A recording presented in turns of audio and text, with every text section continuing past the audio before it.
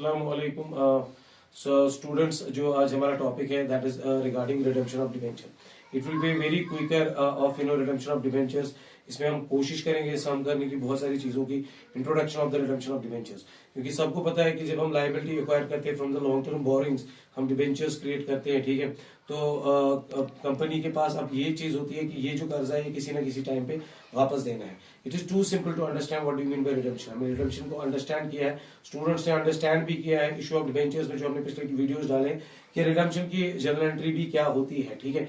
लेकिन मैं वो बात नहीं कर रहा हूं जब हम पैसे लेते हैं, कोई भी कर्जा लेते हैं नॉर्मल लाइफ में, और हमने उसको मतलब डिसाइड किया कि 3 साल के बाद, 4 साल के बाद, 5 साल के बाद हम पैसा वापस देंगे, ठीक है, इन इंस्टॉलमेंट्स, या हम लमसम में देंगे, या उस टाइम अगर कन्वर्जन इनटू इक्विटी होगा, या कुछ और परचेज फ्रॉम ओपन मार्केट जो भी होगा। सर ये क्या है, ये 4 बेसिकली तरीके हैं एक कर्जे को वापस खत्म करना, मतलब ठीक है, अपनी लायबिलिटी को कम करने के लिए कंपनी के पास ये 4 रास्ते हैं, and there are 4 methods redemption में। ओके, रिडेम्पशन में ये बहुत ही इंपॉर्टेंट चीज पहली बात है। दूसरी बात ये है कि कुछ क्राइटेरिया रखे गए हैं मिनिस्ट्री ऑफ कॉर्पोरेट अफेयर्स, या हम जो भी बात करेंगे, जो रेगुलेशंस कर रही होती है कंपनीज को जो रेगुलेट कर रही होती है बॉडी, मिनिस्ट्री बॉडी, उन्होंने या कुछ मतलब ऐसे रूल्स एंड रेगुलेशंस क्रिएट किए हैं कि जो भी कंपनी है जब वो कर्जा लेगी और जब उसको कर्जा वापस देना है, देखिए ये कॉमन सी बात है, अगर हम कोई कर्जा लेंगे किसी से और हमने उसको प्रॉमिस किया 5 साल के बाद हम पैसे देंगे, इन 5 सालों में आपको ऐसा नहीं लग रहा है कि उस टाइम जब हमें पैसे देने होंगे उस टाइम पैसे हमारे पास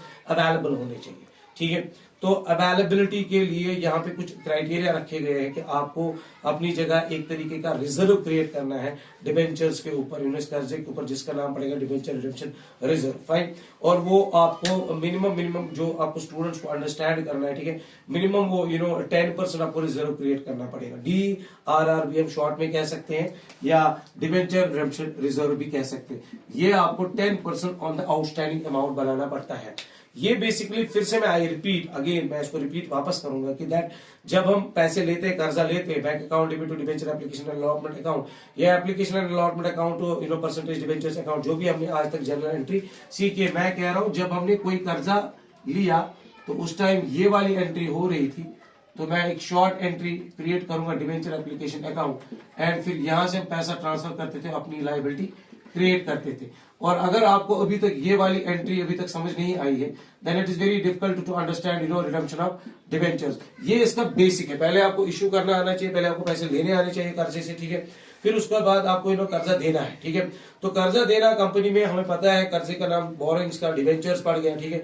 और हमें पता है एसेट इज इक्वल टू, मैं आपको थोड़ा सा एक चीज अंडरस्टैंड फिर से कराना चाहता हूँ, बेसिक कैपिटल प्लस लायबिलिटी। यहाँ पे हमें पता है कि कैपिटल के ऊपर हमने शेयर्स क्रिएट किए, और वहां पे भी इक्विटी एंड प्रेफरेंस शेयर, और हमने कैसे मतलब उनको इश्यू किया, ठीक है। यहाँ पे हम लायबिलिटी करते, कर्जा लेते लोगों को, और हम उनको बनाते हैं क्या, डिबेंचर। सेम जैसे मैंने आपको सिखाया है शेयर कैपिटल को डिवाइड करते हैं यूनिट्स में, सेम इज द केस में कर्जे को भी डिवाइड करते हैं यूनिट्स में, और लोगों को बोलते हैं अप्लाई कीजिए, आप हमें कर्जा दे सकते हैं, हम इतना % देंगे और इतना अमाउंट देंगे, ठीक है। जो भी अभी तक हमने इश्यू ऑफ डिबेंचर्स में सीखा है, मैं इसी लायबिलिटी की बात कर रहा हूँ। इस लायबिलिटी में एक ब्यूटी होती है, 3, 4, 5, 6, 7 साल, 8 साल, 10 साल, 12 साल, मतलब आपको ये वापस देना ही देना पड़ता है। ये एक ओब्लिगेशन होती है आपके ऊपर, with in principle amount and with interest आपको ये वापस देना होता है, ठीक है। यहां तक ये सारा बेसिक है। लेकिन अब बात यह है कि 3, 4, 5 साल के बाद अगर आप इंस्टॉलमेंट्स में, लमसम में किसी को कर्जा वापस हो, क्या उस टाइम आपके पास पैसे अवेलेबल है? यही बात हो रही है, क्या उस टाइम आपके पास पैसे अवेलेबल है? तो उसके लिए मिनिस्ट्री ऑफ कॉर्पोरेट अफेयर्स या कंपनीज एक्ट जो भी है, ठीक है, जो लॉ हमें कह रहा है, लॉ कहता है कि भाई आप डिबेंचर रिडेम्पशन रिजर्व क्रिएट कीजिए, 10% मिनिमम एटलीस्ट, जितना भी आउटस्टैंडिंग अमाउंट होगा। अगर आपका 1 लाख का अमाउंट आउटस्टैंडिंग है, उसका 10% हो गया, 10,000 आपको मिनिमम। आप 100% बनाओ, आप 50% रिजर्व बनाओ, आप 200% रिजर्व बनाओ, जैसे भी आप बनाओ, एक टाइप का प्रोविजन क्रिएट हो गया पर्टिकुलरली इस लायबिलिटी के लिए, ठीक, fine, okay. Debenture redemption reserve. और दूसरी चीज ये है कि इसमें जो ये रिजर्व भी आपको बनाना है, ये उन्हीं कंपनीज को बनाना है जिनके उनके फीचर्स पे डिपेंड है, मतलब वो कंपनी लिस्टेड है और अनलिस्टेड है। यहाँ पे एक बेसिक सिंपल तरीके से हमें लिस्टेड और अनलिस्टेड कंपनी को ये ऐसे सीखना है, जो स्टॉक एक्सचेंज में हर साल लिस्टेड कंपनीज होती है, जो वहां पर रजिस्टर मतलब सीरियल में होती है 500 या निफ्टी 50 जैसे हमारे स्टॉक एक्सचेंज है, जिनमें हम इन कंपनीज के बेस पे हम अपनी इकोनॉमी को क्या पता करते हैं कि भाई क्या है क्या नहीं है, कैसा है, ठीक है। टॉप 500 कंपनीज होती है बॉम्बे स्टॉक एक्सचेंज के, उन एक्सचेंज पे, ठीक है, जो परफॉर्म कर रही होती है। निफ्टी 50 पे 50 तो ऑटोमेटिकली जो उस पे होते हैं those are called listed company registered है, जो बाकी पे वो भी रजिस्टर्ड, लेकिन परफॉर्मेंस के बेस पे जो उस पे कंपनीज होती है लिस्टेड कंपनीज, उन्हीं को कहते हैं। उनके ऊपर ये वाला ये वाली चीज, ये वाला लॉ नहीं अप्लाई होता है। और जो बैंकिंग कंपनीज होगी, जो पैसों के साथ डील कर रही होगी, उनके ऊपर भी ये लॉ नहीं अप्लाई हो रहा है। इसीलिए जब भी क्वेश्चन में अगर ये बैंकिंग होगा या कोई भी फाइनेंशियल इंस्टीट्यूशन होगा ऐसा कोई, ठीक है, तो उसके ऊपर डिबेंचर रिडेम्पशन रिजर्व नहीं बनाना है। अगर ये अनलिस्टेड कंपनी है उसके ऊपर आपको डिबेंचर रिडेम्पशन रिजर्व बनाना है। और अगर ये बैंकिंग कंपनी है उसके ऊपर नहीं बनाना है, या कोई भी नॉन बैंकिंग फाइनेंशियल कॉर्पोरेशन है कोई भी, ठीक है, या कोई भी ऐसा मतलब ये चीज जो फाइनेंस के साथ डील कर रहा होगा, उनके ऊपर ये नहीं है। बट ये अनलिस्टेड कंपनीज के ऊपर है, ठीक है। और अनलिस्टेड कंपनीज वो होती है जो बेसिकली टॉप 500 में नहीं होती है। आपको देखना होता है कि आपको किस पे बनाना है और कितना बनाना है। बड़ा आसान है, 10% बनाना है। और क्या बनाना है sir, what do you mean by that? आपको प्रॉफिट्स में कुछ पैसा साइड में मिनिमम एटलीस्ट इतना एज पर द लॉ 10% उस अमाउंट का मतलब क्रिएट करना पड़ता है। 20, 30, 40, 50, 60, 70 कुछ भी कीजिए, बट मिनिमम शुड बी 10%। और ये आपको जब आपने इश्यू किया उसके बाद आपको पहले ये काम करना होता है। आप हर साल के एंड पे एज यूजुअल हम प्रॉफिट एंड लॉस अकाउंट बनाते हैं, प्रॉफिट आ जाता है, उसमें से आपको जर्नल एंट्री करनी है। दैट मींस कि आपको statement of profit and loss account को डेबिट करना है एंड डिबेंचर रिडेम्पशन रिजर्व को बाबा क्रिएट करना है। आप एक साल में क्रिएट कीजिए, 2 साल में, 3 आप जितना इसमें अमाउंट, इससे आपको हेल्प हो जाएगी at the time of repay करने के टाइम हेल्प। ये पहले मतलब 25% होता था, फिर 15%, अब ये 10% बन गया है। अब ये लॉ कैसे मेंटेन करता है, इसके ऊपर इकोनॉमिक्स है, बहुत बड़ा सब्जेक्ट है। उसके बाद लॉ कहता है कि भाई जब आपको अपना किश्ता देना होगा, जिस टाइम आपको पैसा देना है, जिस साल में अब आपको पैसा देना है, जिस टाइम आपको पैसा देना है, वो जो ये असेसमेंट ईयर आ रहा है 1 अप्रैल टू 31 मार्च तक, जो भी उसमें आप जिस डेट पे भी आप दे रहे हो, उस असेसमेंट ईयर के अप्रैल 30 पे आपको एक इन्वेस्टमेंट भी करनी है। One more condition, DRI, debenture redemption investment, short में हम इसको लिखते हैं DRI, डिबेंचर रिडेम्पशन इन्वेस्टमेंट। ये आपको मिनिमम 15% करनी होती है हर किसी कंपनी, वेदर लिस्टेड और unlisted. Sir what do you mean by this? बाबा इससे आप इन्वेस्टमेंट करते हो, एक ऐसी इन्वेस्टमेंट करते हो जो एक कोई शॉर्ट टर्म इन्वेस्टमेंट होती है। आप इसमें भी करो, मार्केटेबल सिक्योरिटीज में कर लो, आप किसी चीज में भी कर लो, ठीक है, treasury bonds, commercial paper, whatsoever, आपको 15% करनी है। गवर्नमेंट किसमें जो आप करोगे वो आपको मिनिमम करनी है, लेकिन उसी असेसमेंट ईयर पे।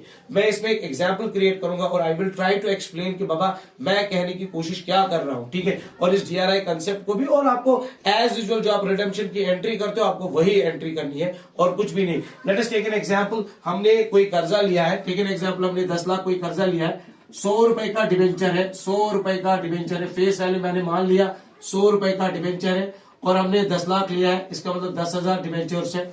चलिए परसेंट मानते हैं 9% है। मैंने एक क्वेश्चन क्रिएट किया एक सिंपल सा 10 लाख का, ठीक है। अब बात है इसको वापस पे करने की, ठीक है, 10 लाख को वापस पे करने की है। तो मैं क्या करता हूं काम, और कंपनी है एक अनलिस्टेड कंपनी, तो मैं क्या करता हूं काम, मैं पहले डेट डिसाइड करता हूं, मैंने किस डेट पे कर्जा लिया। मैंने मान के चलते 1/4/2016, 31/3/2017, इसी साल मैं इस पे अपना डिबेंचर रिडेम्पशन क्रिएट कर रहा हूं। कैसे? मैं ये एंट्री बना रहा हूं, statement of profit and loss account debit to debenture. अब मैं शॉर्ट में यहां पे लिखूंगा रिडेम्पशन रिजर्व अकाउंट, और यहां पे सिंपल से बीइंग लिखूंगा, बीइंग 10% DRR क्रिएटेड ऑन जितना अमाउंट 10 लाख, ठीक है। तो वो हो जाता है 10% मिनिमम 1 लाख। तो हमारा काम यहाँ पे हो गया। मैंने एक ही झटके में बेसिक तरीके से, सिंपल तरीके से दिखाया, आपने ये क्रिएट किया। उसके बाद आप इसको किस्तों में भी क्रिएट कर सकते हो, आप ज्यादा भी क्रिएट कर सकते हो, कोई इश्यू नहीं। अब आपको ये 4 साल के बाद देना है, मान के चलते आपको 31 या 5 साल या 4 साल के 2020 पे देना है।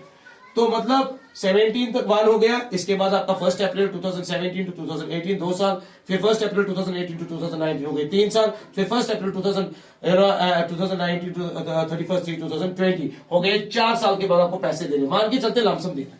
अब इस असेसमेंट ईयर में इसका स्टार्टिंग यहाँ पे असेसमेंट ईयर का हो रहा है 2019। यहाँ पे आपको क्या करना है, आपको यहाँ पे जब ये चलेगा साल, यहाँ पे अप्रैल 30 को लॉ कह रहा है कि आप डिबेंचर रिडेम्पशन इन्वेस्टमेंट क्रिएट कीजिए, ठीक है। और उसको उस टाइम आपको भेजना पड़ेगा, जिस टाइम आपको पैसा देना पड़ेगा लास्ट के डेट पे, उसको भेज के उसके बाद आप पे आप ऑफ करेंगे। लेट अस सी हम कैसे क्रिएट करेंगे। जब हम अब आहिस्ता आहिस्ता आगे पहुंचेंगे, एक साल आएगा तो हमारे पास आएगा 30 अप्रैल 2000 90, यहां पे हम पहुंचेंगे और हम क्या क्रिएट करेंगे, हम इन्वेस्टमेंट क्रिएट करेंगे, DRI debenture redemption investment account, इसको डेबिट करेंगे टू बैंक अकाउंट, हमसे पैसे निकले फाइन, और यहां पे लिखेंगे बी 15% DRI क्रिएटेड ऑन।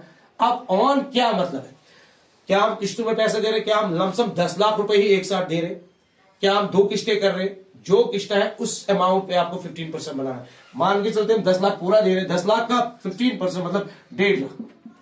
आप किसी भी जगह इन्वेस्टमेंट कर सकते हो, but it will be a short term investment, ठीक है, ऑन 10 लाख। फिर से मैं यहां पे लिखूंगा ऐसे, खत्म।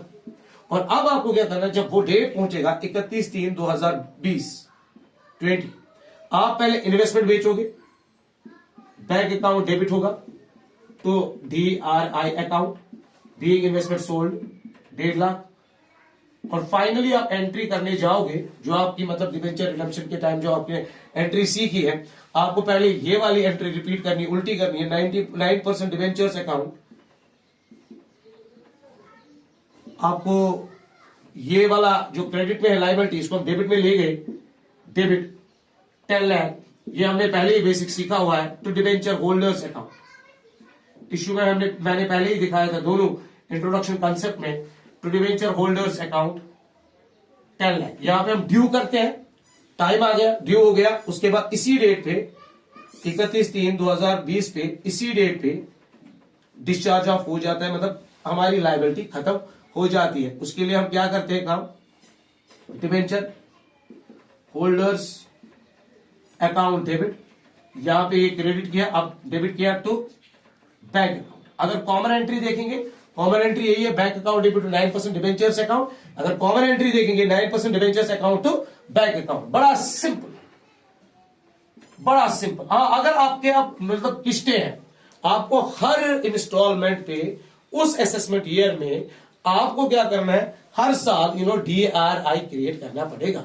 हाँ, आप इसको भी इंस्टॉलमेंट्स में क्रिएट कर सकते। आपको बोलेंगे भाई यही 1 लाख 2 इंस्टॉलमेंट्स में बना के दीजिए, आप 2 साल में बनाते हैं, आपके पास 31/3/2018 भी आ जाता है, ठीक है, आपके पास बहुत सारे साल थे। अगर आपने प्रॉफिट कमाया, आप उसमें से कुछ ना कुछ अमाउंट डिवेंचर रिडेम्पशन रिजर्व में डालते हैं एटलीस्ट, मगर फाइनली 31/3/2020 तक आपका डिवेंचर रिडेम्पशन रिजर्व में मिनिमम 10% होना चाहिए। 15% लागू हर किसी पे है, लेकिन 10% उस पर लागू है जो कि भाई अनलिस्टेड कंपनी है, ठीक है, और लिस्टेड कंपनीज के ऊपर नहीं लागू है, और फाइनेंशियल कंपनीज के ऊपर नहीं लागू है, ठीक है। और इसके बाद जब हम ये रिजर्व वाला पॉइंट होता है, फिर हम ये कैपिटल रिजर्व में ट्रांसफर करते हैं। That will be taken into the next part, that is not मतलब बिग डील, वो कोई बिग डील नहीं है। आपको ये उठा के डिबेंचर रिडेम्पशन रिजर्व जो क्रेडिट में, इसको डेबिट में ले जाना है, तो कैपिटल रिजर्व आपको वो वाली एंट्री एक मारनी है, और कुछ भी नहीं। ये बेसिक है, अगर आपको अपना रिडेम्पशन करना है तो आपको मतलब ये बेसिक चीजें पहले अंडरस्टैंड करनी है, और ये एंट्रीज पे आपको होल्ड लाना, स्पेशली ऑन दिस एंट्री। जब आपको ये आएगी, आपको तभी पता है कि इसको ये, जब हम किसी का कर्जा लेते हैं उसी टाइम हम उसकी एंट्री बनाते हैं कि हमने अपनी जगह अपनी उसको फॉरवर्ड लायबिलिटी पहले उसी टाइम बना दी कि हमारा कर्जा कब भाई उठाना है, ठीक है, तो हमको चुकाना कब है कर्जा, हम पहले ही डिसाइड करते हैं, लायबिलिटी क्रिएट करते हैं। If you don't know this entry, then it is very difficult to understand the further part, क्योंकि यहां पे इस एंट्री का ये रिवर्स चल रहा है, यहां पे हम पे कर रहे हैं, और इसके बीच में जो टाइम होता है उसमें हमें डिबेंचर रिडेम्पशन रिजर्व बनाना है एंड डिबेंचर रिडेम्पशन इन्वेस्टमेंट बनाना है। And there are again 4 methods, either lump sum, either annual या ड्रॉप लॉट्स बताइए, इंस्टॉलमेंट मेथड बता दीजिए, या आप कन्वर्ट कर सकते हो इनटू इक्विटी। उसमें कुछ भी नहीं, सारा सेम चलेगा। यहाँ पे जो ये एंट्री है डिबेंचर होल्डर अकाउंट जो हमने डेबिट किया, और यहां पे मैं स्टूडेंट्स को बोला टू बैंक अकाउंट के बदले आपको टू शेयर कैपिटल लिखना है, अगर प्रीमियम पे बेचा तो टू सिक्योरिटीज प्रीमियम रिजर्व लिखना है, और ये वाली एंट्री बराबर सेम सारा कुछ जाएगा। लास्ट पे ऐसे अगर कन्वर्जन इनटू इक्विटी, जिसमें से इंपॉर्टेंट जो मतलब सेक्शन है जिसमें से क्वेश्चन आएगा। I hope this video will definitely help all the 12th class student जो मतलब इसमें कंपनी अकाउंट्स पढ़ रहे हैं। Thank you very much.